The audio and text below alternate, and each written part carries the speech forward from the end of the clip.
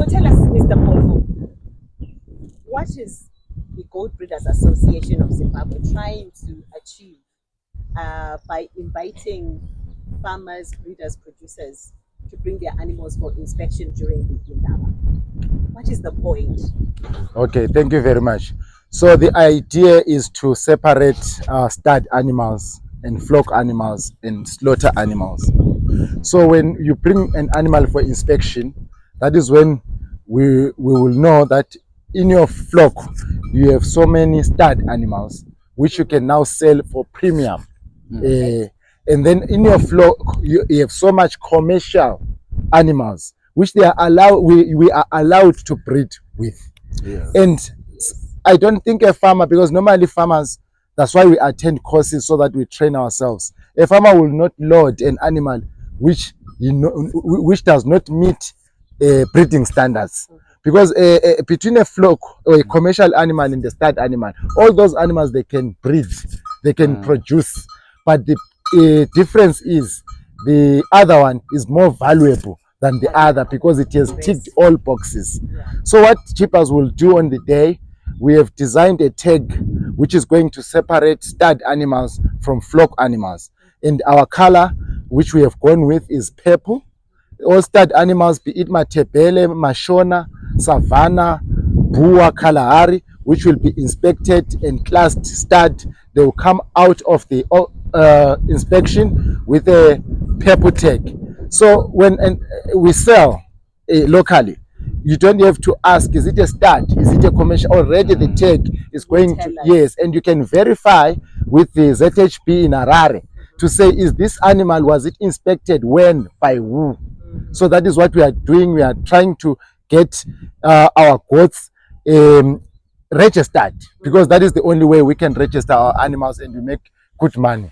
Yes, by having them inspected. But my leader is a guru in South Africa. He can add more. He came here to assist us on how we can improve our herd. Let's hear it from you, Kacheni. Good day, farmers. Thank you very much, Mr. Mpofu, my brother. It's very important. I've come to realize that when an industry, especially in the livestock breeding industry, doesn't classify a stud animal, a flock animal, and a cull animal, there is a lot of abuse in that industry. I have come to realize also that you find that someone, because an animal is a pure, but that animal is suitable for slaughter, they will sell it to someone because of lack of ignorance. But now, if Jibas is proposing to now classify that this is a stud animal, meaning to say it ticks all the boxes, here we are talking about the structure of the animal, the feminine of a female goat, the masculinity of a male goat, then the functionality of the teats, the udder, the pigmentation, all those things, if they are put forward and that animal becomes a stud. And also we have got flock. Flock is an animal that is suitable for breeding purposes, but it now becomes a flock due to some small defects like color. You find that the brown color in a boa goat has to end here in the shoulders. It's not supposed to go beyond. So sometimes it falls under a flock because of that color.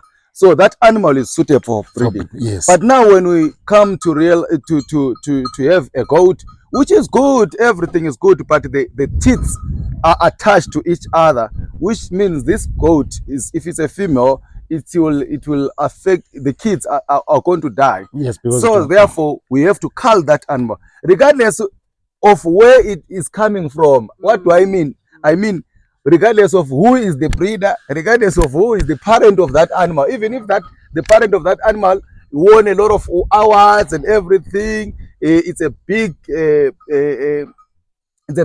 in the industry. If that animal has some defects that can affect the offspring, or that can affect the next generation in the breeding industry, that animal has to be culled. So I think it's high time that we teach our we teach each other as the goat industry to know how to classify the animals, and everyone to have a basic knowledge of how to appreciate a breeding animal. Not every animal is suitable for breeding. Thank you very much. Now, we also have the junior course. Oh, yes. Will it add to the conversation, or will the conversation add to the junior course? I don't know if I'm clear. Maybe you Yes, just want yes. to hear about the benefits. In fact, what I was saying is part of what we learn at the junior course.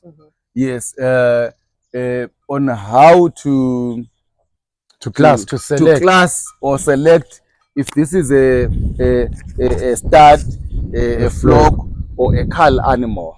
You cannot know these things out of the blue. The fact that you now love goats, you cannot know all this information unless you attend these courses. I've seen a lot of people, they come to me, Dando, you know, I want a pedigree animal. They want, you hear someone saying, I want a stud animal. They don't even know the difference between a stud, a flock, or a cull animal. I've come to realize again, you find someone saying, I'm having this purebred animal. But that animal on its own, it shows some defects that can affect. So if you come and attend a junior course, you get the basic knowledge about how to classify, how to class these goats according to their structures, appearance, and standards, according to how the GBAS, which is also adopting some standards from the South African Boer Goat Association. Yes.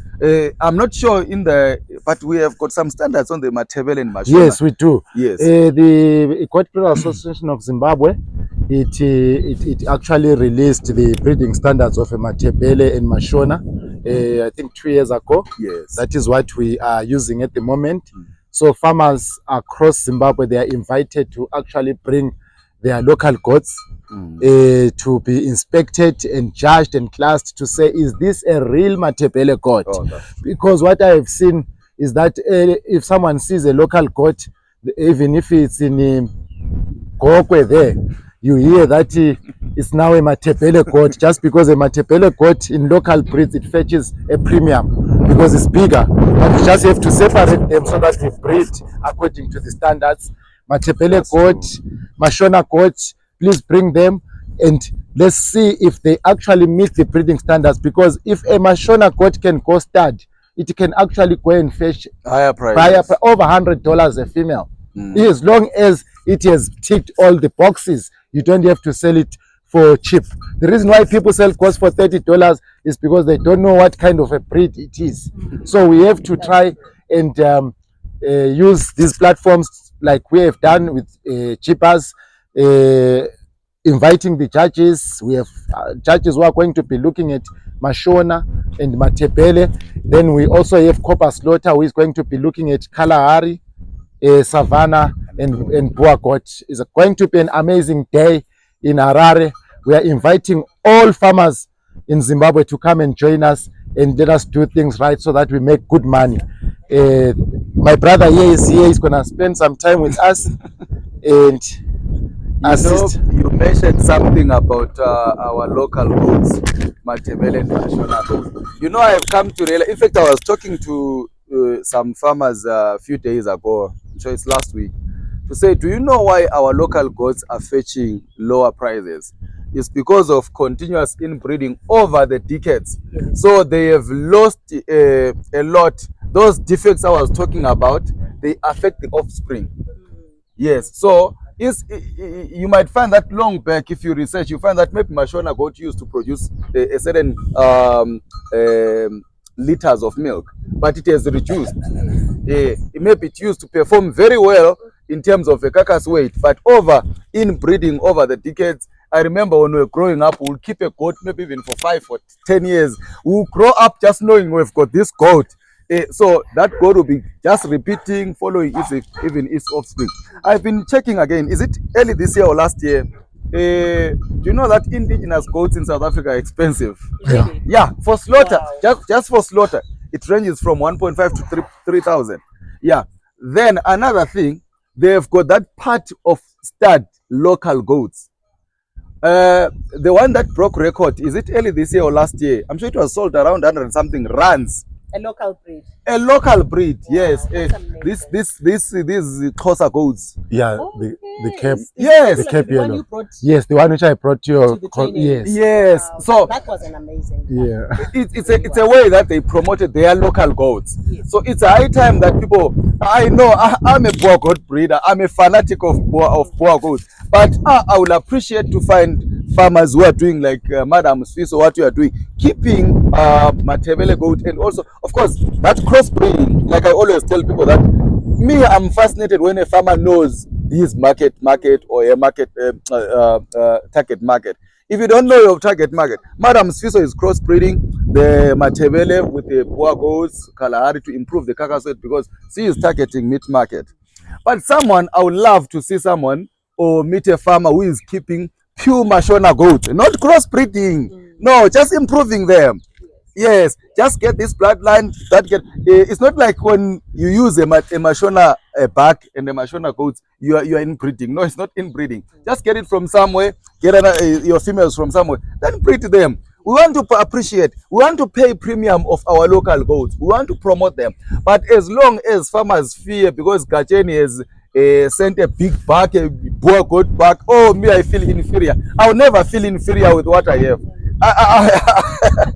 So please, let's be proud of what we have. Even if you have got 2 goats, showcase. Because we have to start following you while we are still young. We don't want to find you after 20 years, boom, you have got 6,000 Mashona goats. Where did you come from? Thank you very much.